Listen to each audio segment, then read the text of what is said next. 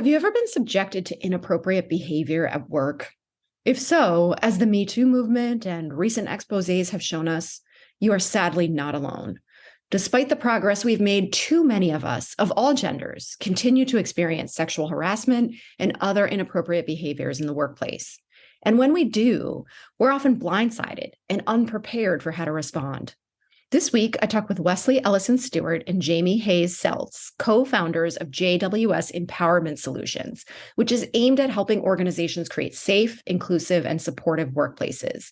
In our conversation, we talk about what we can do as individuals and as organizations to better navigate and address inappropriate behavior in the workplace. Thank you so much, as always, for listening. Welcome to the Impostor Syndrome Files. My name is Kim Menninger, and as an executive coach and former high-tech leader, my personal mission is to help professionals overcome imposter syndrome so that you can advance your career with confidence. Each week, I interview a new guest who brings a powerful perspective to this conversation, including personal stories, best practices, and new insights. The more we talk about this issue, the more we destigmatize imposter syndrome, recognize that we're not alone, and empower ourselves to access the tools and resources that can help us and those around us. Thank you so much for listening and for sharing with others you think would benefit from this conversation.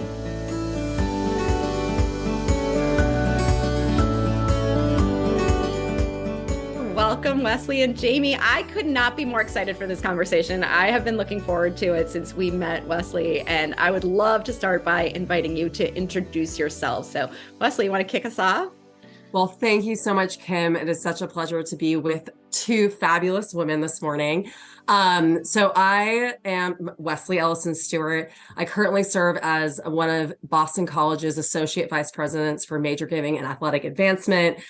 My career has been grounded primarily in higher education, with a focus in college athletics, which, as many of you may be aware, is a predominantly male-dominated industry. And I came up through the fundraising side of the house and just had a lot of experiences throughout my career where I experienced, gender bias, in some cases, sexual harassment. And I found there was really no forum to advocate for yourself. And so lo and behold, as I progressed in my career, I got to meet my wonderful now business partner, Jamie Hayes Szelc, while working at the same institution. And, we had an experience with, during a donor meeting that really just gave us an opportunity to start sharing these personal experiences. And that really led to us creating this consulting business. And we'll share a little bit more about that when we get into the meat of it. But, this is, how I've had a lot of these experiences, and now I'm here to hopefully help the next generation of women, and not just women, men as well, advocate for themselves and navigate some of these difficult situations that we find ourselves when we're in kind of these interesting fundraising relationships that are really dependent on us, right? Securing money from these people that are in very powerful positions. So it's a little bit of my story. And I know my colleague Jamie is going to share about who she is. Yes. Thank you, Wes. Good morning, Kim. We're so thrilled to be here. So my background, very similar to Wesley. I've spent, most of my life in higher education and college athletics in the fundraising world, with multiple stops along the way. My husband and I are now professional movers. I'm kidding. We met in Milwaukee. I was working at Marquette University. We moved to Colorado State in athletics and higher ed, kind of a joint UA venture there. Moved down to Texas in Austin, and then back to Colorado State. And then my last job in higher ed was at University of Kansas. And a lot of those roles were leadership roles within athletics with, a dotted line to university advancement.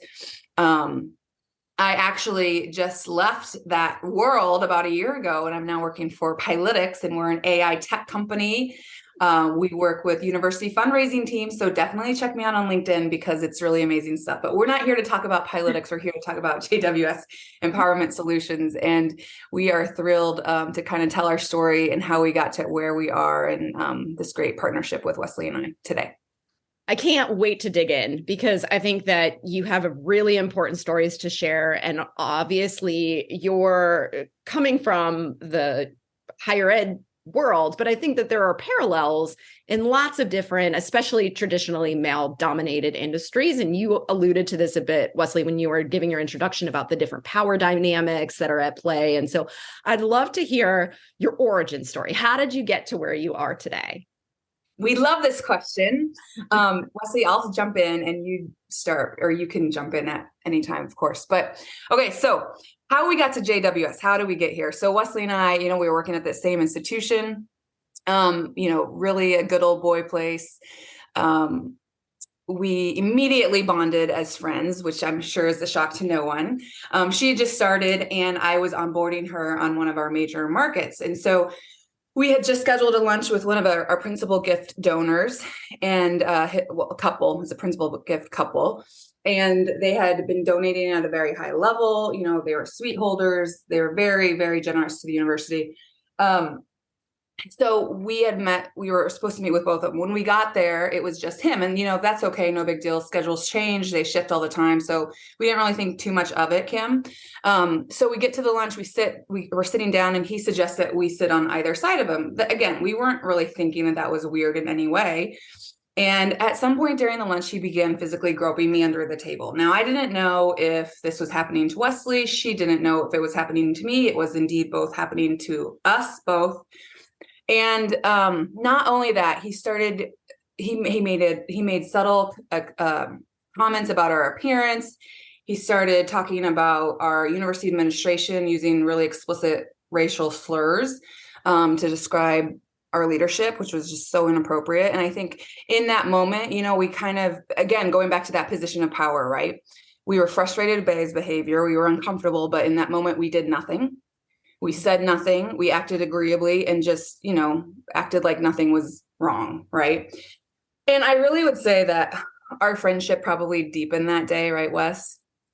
You would say? Yeah. I mean, I think that was, we got into the rental car after that lunch and we just completely vented, right? We started sharing this experience that happened to me at this point in my career. I had that happen. Yeah.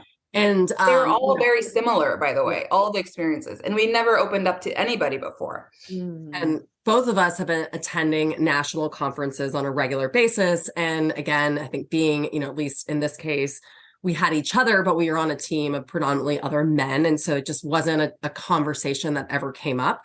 And so we actually decided to submit a proposal to speak at the National Association of Collegiate Athletic Director Conference on this very topic, right? Navigating inappropriate behavior from, donors. And Jamie, you can recall, but we literally had to have, 10 phone conversations with the conference review committee in fear that we were going to be out there male bashing. And they just wanted to make sure that what we were talking about was, relevant and positive. And eventually we got it approved. And I can't tell you how many men and women after our session came up to us and started sharing similar stories. Yeah. And it really was the catalyst for us to then create our women-owned, women-run consulting business in 2016. And we like to note that it was prior to, the Me Too movement.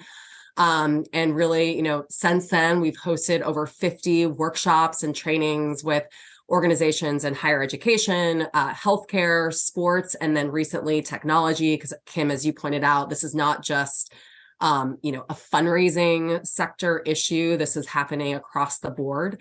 And we really, we partner with these organizations to really think about, how do you create a space to have dialogue and share these personal stories, which then ultimately builds a community. And then the most important piece of the work is then we figure out, okay, how do we empower action? What are the communication tools that you need to address that, inappropriate behavior? And then what is the institution, the organization's responsibility to, review these incidences, have a communication plan back to that individual and determine, is this person worth having in our community, right? What's the accountability on the end of the person behaving that way? So that's how we started. And, 7 years later, here we are still doing this really important work. Yeah. What would you say? One little nugget I'm going to add, Kim, is when we were sitting there in that rental car, we were both, I think we felt empowered because, we hadn't had a conversation with anybody really in this line of work, and we were sharing, opening up to each other. And I think I remember saying, let's be change makers, Wesley, let's change the world. And I really feel like a little bit, that's how we are. It's having these important discussions. It's so key. And that's how change happens, right? It's individual people making the decision that the status quo is not acceptable and doing our part. And there are definitely days when I think, oh my gosh, there's so much to these problems. Like, how are we ever going to address them? But there are other days when I'm inspired because these individual efforts all add up to a cumulative effect. And I'm curious, what's different today in 2023 than back in 2016? Especially, you mentioned Me Too, right? A lot has happened in the world since then. Like, what would you say has changed? Oh, that's a good question. Yeah. So I think, first of all, there's more data out there. So Ohio State University came out this past year and shared that about 75% of fundraising professionals have experienced sexual harassment during some point of their career. That's 3 in 4 individuals who work in our industry. So in that way, and then I will also note, right, Jamie and I come from this as 2 white, straight women. That data highlights that women of color and women who identify LGBTQ experience it at a significantly greater rate than their white, straight counterparts. So this is now public, right? And so I think what you're seeing is that organizations are now taking ownership to protect their employees and think about what are, ways that we can implement a safety oriented process so that when alumni, parent, friend of the institution is behaving inappropriately by making a bias statement, harassing, aggressive behavior, you name it, there is a clear review system and process in place to, determine, is this person's money worth it, right? Are we willing to compromise the safety of our staff for $1 million, $10 million, whatever, gift amount. And so I think you see what I have noticed, because the data is out there, there is more of an industry commitment and institutional commitment. And partly, it's reputational risk, right? These organizations don't want, to put their staff in danger or the reputation of the institution in danger. So you just see more willingness to hold, people accountable. And that's the shift I've seen.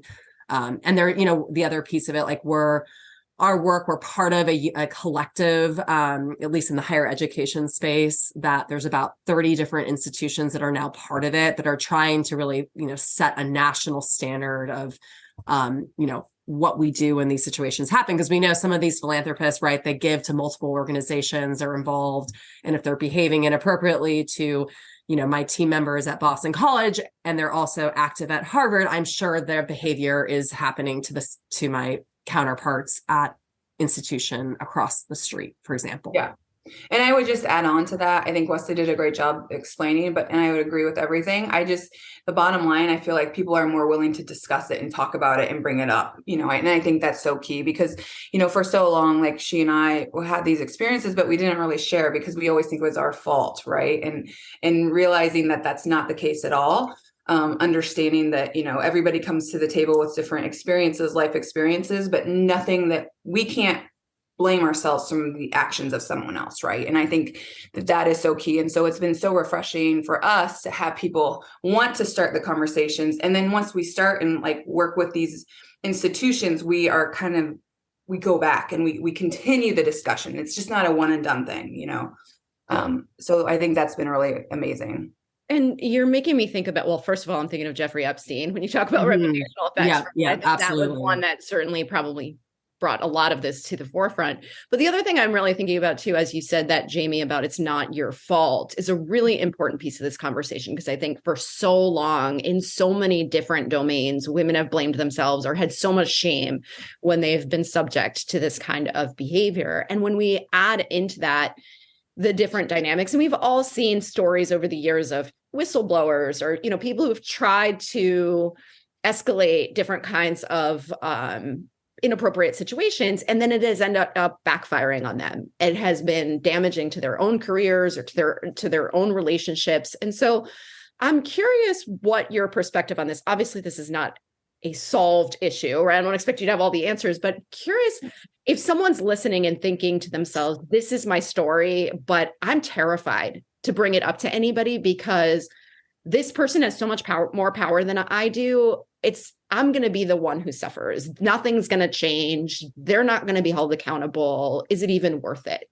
Yeah. I think I would start by just finding an ally, finding that person who is on your team, on your staff, who believes in you, values you, and knows that, like you're not making stuff up, and understanding that, like what Wesley was saying earlier, it's the whole reputational risk of not only the institution, but you have to provide protection, right?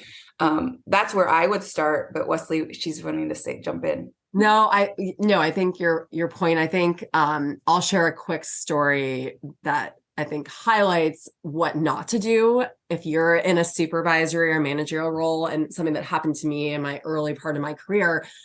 I had been working with this couple. They're high profile. I was about to close my first 7-figure gift, which would set me on this track to be promoted to a director level. And, similar to our story that Jamie had just shared, I showed up to the dinner with my, gift agreement, ready to get it signed with the couple. The wife didn't show up. They have 4 kids. I kind of didn't think anything of it.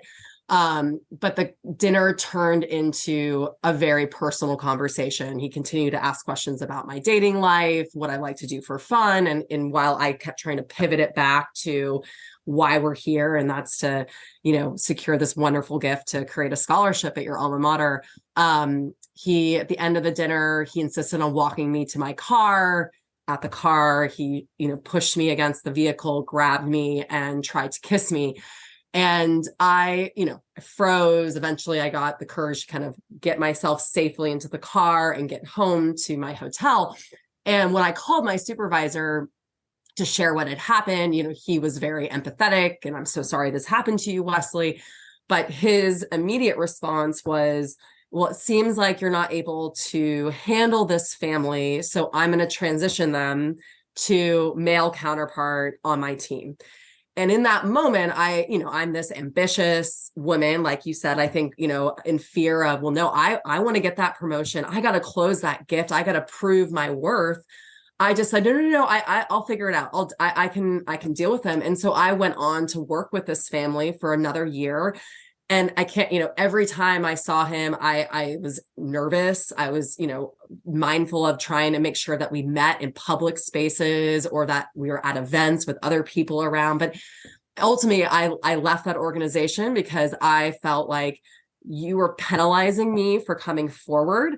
And I, and I basically in that moment vowed, when I'm in a leadership position, which the next role I took, I did get to manage a team. I made it very clear to be transparent with my team up front that if you're ever uncomfortable in any situation, please share with me, come forward. I think to Jamie's point earlier, we all come to the table with a different level of what's comfortable to us, right?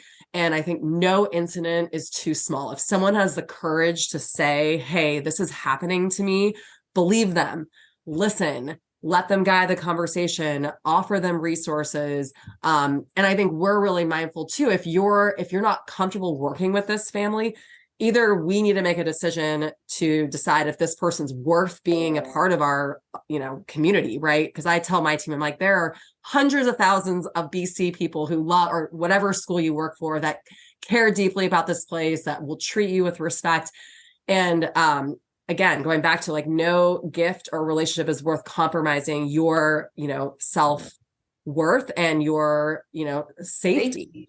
So I think, I would be more emphasizing people in leadership roles, come for, believe your staff, be open, provide that space for people to come forward.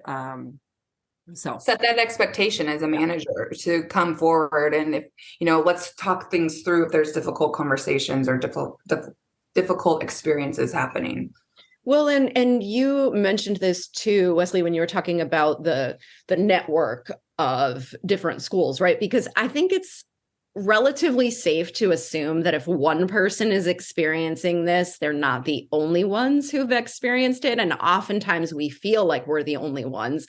Like you both said, right, until you opened up with each other, you didn't have the visibility into the fact that other people were experiencing this. And so I think there's something really powerful about sharing it too. And I wonder what your thoughts are on, how do you know who to trust if you're going to take that first step of saying this happened to me?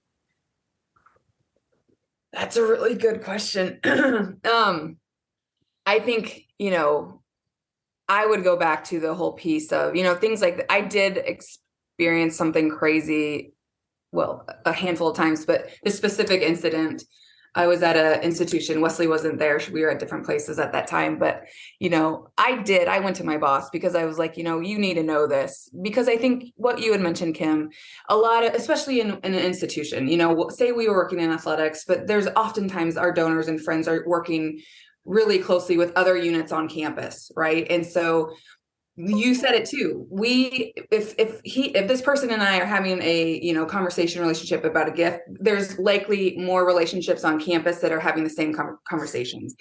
And so I had one experience that was just out of crazy that I won't get into today, but I did tell my boss, and my boss did believe me, but we weren't equipped for well, what's next? Do you still want to go on this visit? Well, yes, I do.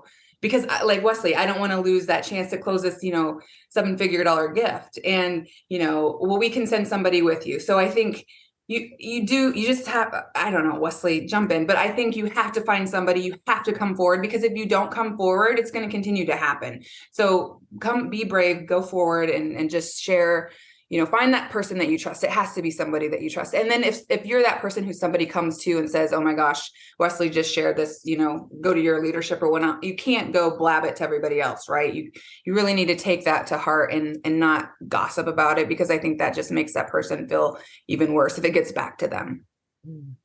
Yeah. I mean, I think the one thing, it's interesting, Kim, when we do these workshops, we actually start with a silent exercise called Stand Up. And it's something that I'm sure other organizations have used to sort of create a sense of community by reading statements. And we'll start with kind of easier statements, maybe like, I'm the only woman on my team, I'm the only man on my team, and people stand up.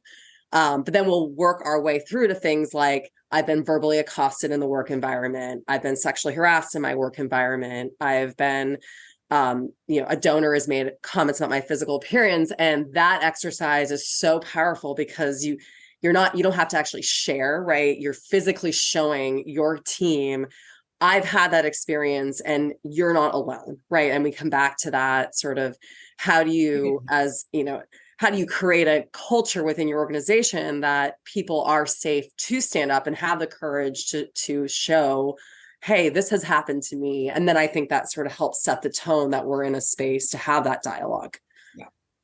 Yeah. And I think that's really important. Like you said, that I hate to use this word because I hate the thought of this being true, but the normalizing effect, right?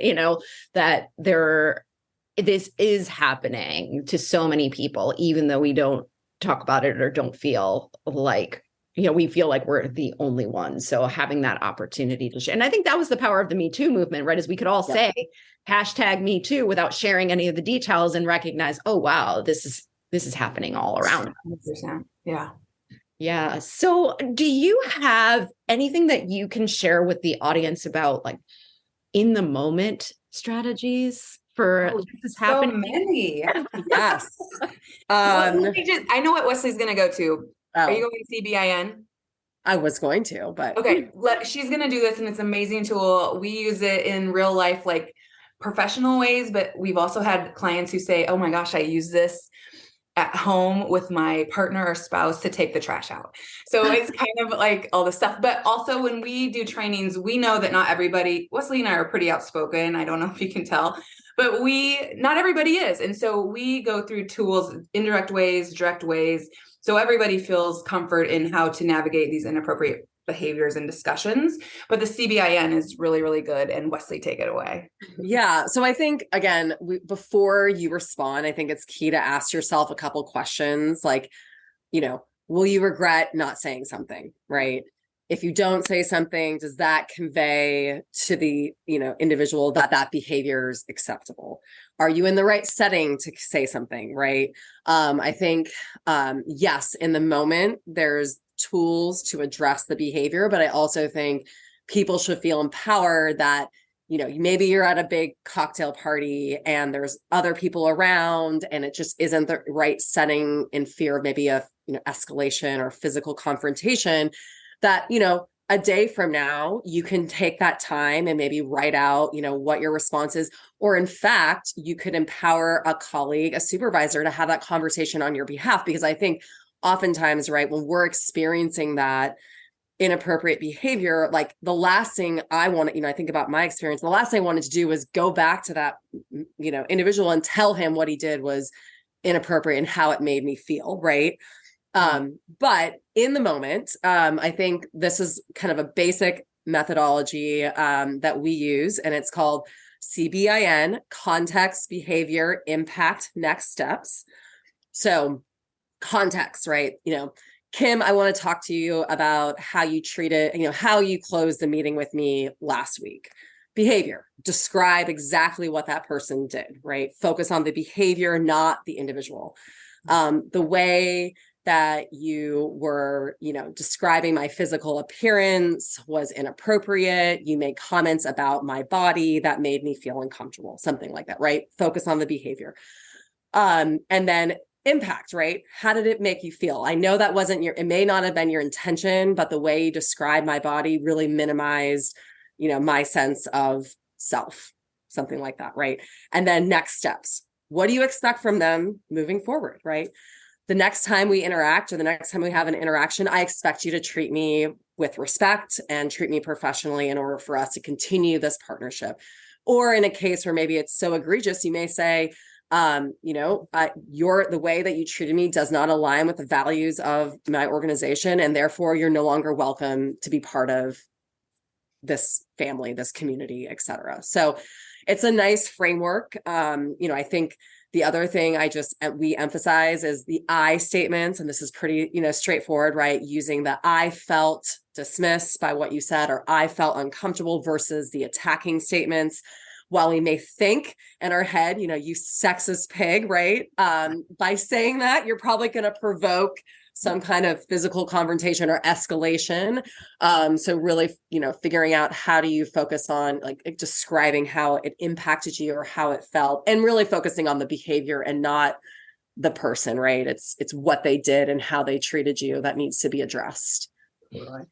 Yeah. And I think that I can see the applicability to other areas of our lives, right? Because I think that is such a powerful tool or framework to have in your back pocket. And I also love that if that doesn't feel like an option for you, to empower somebody else to step in on your behalf, because it is a form of trauma, right? And if you're it's not just the experience itself, but it's everything that follows and all of the fears and anxieties that you have about your job going forward, not just in working with this particular individual, but if you've never experienced this before, it's going to be really hard to trust other people and to feel safe being alone in the same space as somebody. It's the end of the innocence, right? All of a sudden you see the world in this whole different way. And I think it is really hard to advocate for ourselves independently with somebody who has already disrespected us. Yeah. 100%. And I think that's a really important point. At least I know I make with my team. I think it takes practice. Like we've been doing these trainings and there are still situations that happen where I'm like, did that person really just say that? Yeah. And even though I've done this work, it takes me a moment to write, okay, calm too, right? Like, cause at least I'm heated, like I'm emotional. And so figuring out whether it's taking a step, away, I think a lot of sometimes these interactions do happen on the phone or via email, because I do find similar to what you see on, social media, people can be more aggressive and more inappropriate when they can hide behind, right, a phone, an email, et cetera. And so I always find that that is such a perfect opportunity to say, excuse me, I'm going to step away until you're able to calm down. Hey, I'll give you a call back, and you just get yourself out of the situation. And so you're calm and you're collected, and you can maybe write out, right? Use your, CBIN, really draft exactly what you're going to say. And then either you get back on the phone a couple hours later or the next day, or, hey, Jamie, I need you, would you mind calling this person on my behalf? I just don't feel comfortable being back in that environment. And so we, like at BC, we have a handful of team members that are part of what we call our safety team. And there's 5 of us who are designated to have these conversations. And we kind of assess, depending on the situation, like who's the appropriate person. In some cases, it may have to be our vice president, because the person is in such a position of power, and that is going to go along, that's going to set that tone. But it goes back to Kim, getting buy-in from your whole organization. For this to be really effective, your organization has to believe that the safety and support of your staff is the most important thing. And beyond that, because hopefully that would be the guiding factor here, but beyond that, as you mentioned before, there are risks, real risks to any business when this kind of behavior happens. And so I wonder if you're seeing, as part of your conversations, adjustments to how businesses manage risk and how they think about this in the context of overall risk management. And like you said, I mean, I can imagine it would be kind of an oh no moment when somebody realizes that a big donor is engaging in this kind of behavior. It's like, oh, right. Like you have to get rid of somebody who's spending a lot of money to support your organization, or in a different environment, in my world in the tech space, right? It's like, oh, this is like our biggest salesperson, right? Like they're bringing in so much money. What are we going to do? And so I feel like, to your point, having everyone on board, but also policies and procedures that take the individual subjectivity out of it. So it's just, nope, it doesn't matter who it is. This is our system, and these are the rules that we follow. 100%. Yeah.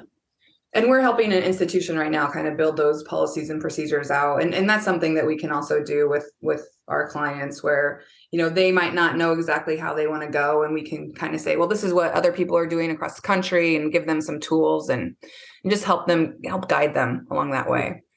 Yeah. And then I think, to your point, Kim, it's thinking about what is your risk review process, right?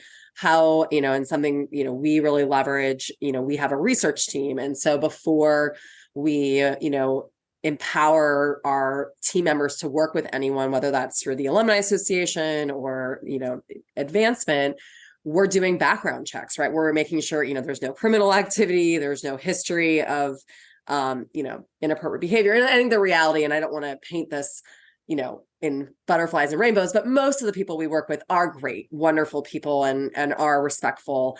But unfortunately, right, the 10-15% of people that do, don't abide by, these kind of standards of respect, can impact people the most significantly in a negative way. And I think one of the drivers I also bring forward to organizations, both tech, healthcare, higher ed, is this is a retention tool, right? We know the Women in the Workplace report from McKinsey came out earlier this year and highlighted, right, women are leaving the workforce at the highest rate ever. And one of the big factors is that they are experiencing belittling microaggressions, and they experience harassment on the job. And so I think framing it to leadership, like this isn't just a reputational risk. This is, you're losing your talent, right? And we know that we need a balanced workforce, diverse workforce, to perform at the highest rate. We also know psychological safety is such a key component to successful teams. So I think tying this also to results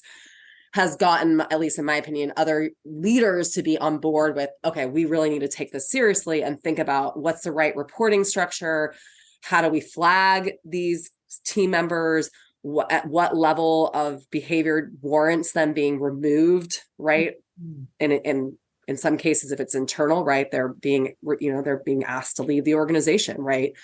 But that I think is key too, is tying it to retention and keeping these people in our industry.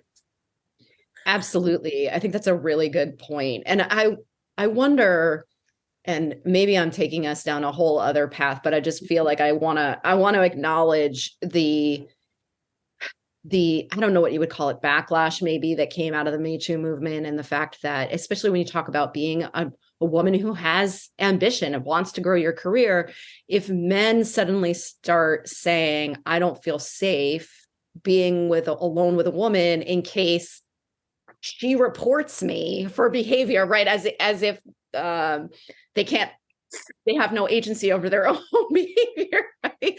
I just wonder what we can do as women to empower ourselves to not lose out on these opportunities because of these very real issues, and how we can sort of navigate some of the complexities that come out of this whole conversation. So number one is, are there things that I personally can do proactively to maintain my safety? And like the first thing that comes to mind is the buddy system, right? Like, I mean, it's hard to be the only woman in the room, or to be, but at the same time, I also worry about reinforcing a narrative that it's not appropriate or not safe for a man and a woman to be in a room alone together as professionals, because we should obviously all be able to control our own behavior.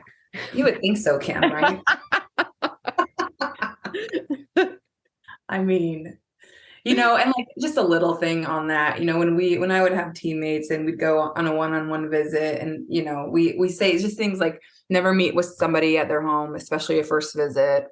If you're at a restaurant or a coffee shop, a little trick that I would always do is, it's all going well, and you get to the end of the meeting and you walk out together, and then you, like Wesley's example, sometimes people want to walk you to your car, and so what I would always say is, I have to go to the bathroom, I'm just gonna run in quick. And anytime you say that, I feel like people are like, oh, okay, like I'll see you next time, so just little things like to just don't put. I once did something, the stupidest thing I've ever done, this is a whole other podcast, but a donor was in town from out of town, and he asked me to pick him up at the hotel. And so I was like, gosh, she's older. I mean, I guess I could totally do that. And, just be thoughtful about that. I would say never pick somebody up. I mean, if you get in a wreck, that could be a whole thing, but just the safety piece, if, he becomes very inappropriate, which happened on this meeting, then that's just awkward. So just little things keeping in mind, I guess, like how to navigate yourself and be safe with, being thoughtful in those ways. Never meet late at night at a bar. You're in charge of your schedule. So yeah, I was just going to build on that. I think so much of us, especially when you're in service roles, right, where you're, or customer, sales, the work that we do, where we're dependent on cultivating these relationships with these people in positions of power, we tend to just drop everything depending on what their availability is. And I tell my team, like, you control when you meet someone, where you meet someone. If you're, you don't necessarily have to take a meeting at 7 p.m. at night, if that's the only time slot they offer, for example. I think the other piece I did want to highlight on this, and I'm just completely dropped my head. Oh my gosh, when you said this, this is what I do. I often am very upfront with what the values of the organization that I represent are. Like, so when I'm trying to secure a first time meeting, or I'm introducing myself, I'll just, highlight our mission. I'll say, my job is to secure financial resources to advance the mission of Boston College forward. And we are we are men and women for others, and really believe in mutual respect, whatever, so I think being really transparent at the front end when you're beginning a relationship with a new client or partner, like, be explicit, like, this is what I stand for. This is what I expect in working with you. I think that's also another way you can be proactive, is setting those expectations. And you don't have to do it in kind of an aggressive way, but I think you can subtly really highlight, like, I expect looking forward to working with you. I really value respectful discourse, and, appreciate you treating me that way as we embark on this partnership. Yeah, those are all really great tips. And I mean, I'm thinking a lot about, I met my husband online, right? So I'm like, it's kind of like the online dating rules, but it makes sense when you think about how to protect yourself. You just don't know, unfortunately. Like you said, Wesley, most people are not going to behave inappropriately, but you never know. And so I really like what you were saying, Jamie, about go to the bathroom so you don't walk out with somebody, right? Like these little things that are empowering, that don't create awkwardness, especially if it is somebody who's, acting in good faith. You can still do these things and maintain a good professional relationship. Anybody who is not going to engage in inappropriate behavior should respect whatever you decide to do, right? And so I think at the end of the day, what I hope most people take away from this conversation is that we have more power than we think we do. And 100%. we have choices that we can make. We have voices that deserve to be heard. And that's why I'm so grateful for the work that you're doing, because I think you're sort of pulling back the curtain on an experience that has been hidden for so long. Thank you, Kim. It's something that we both really love and are super passionate about. And so we're so appreciative that you took time to visit with us today. Yes. Well, where can people find you? Yeah, well, and I will just close because I think this also comes back to being able to be your authentic self at work. And that is something that I've always, valued. And when I've looked for, where I want to work and how I want to be as a leader, I want people to feel like you can show up, as yourself and know that you have the protection and support from people around you to be that person, right? And I think that's really what our work is about, is kind of maintaining that sense of who you are. 100%. But you can find us on LinkedIn, JWS Empowerment Solutions. We're also on Twitter, and our website, jwsempowermentsolutions.com. So wonderful. And we will put the links into the show notes as well. It has been such a pleasure talking with both of you. Thank you for everything that you're doing for all of us. And just really, really looking forward to staying connected and hearing more of all of your good work. Thank you, Kim. We appreciate you. Thanks so much for listening to the Impostor Syndrome Files. If you would like to continue this conversation in a safe and trusted space, I would love for you to join my virtual discussion group every Thursday at 12 p.m. Eastern. For the past several years, the group has been limited to women, but it is now open, regardless of gender, to anyone who is interested in exploring and troubleshooting common workplace challenges, building better awareness of ourselves and others, and becoming more inclusive allies at work. Check out the show notes for more info on how to find us, and please join us next week for another episode of the Impostor Syndrome Files.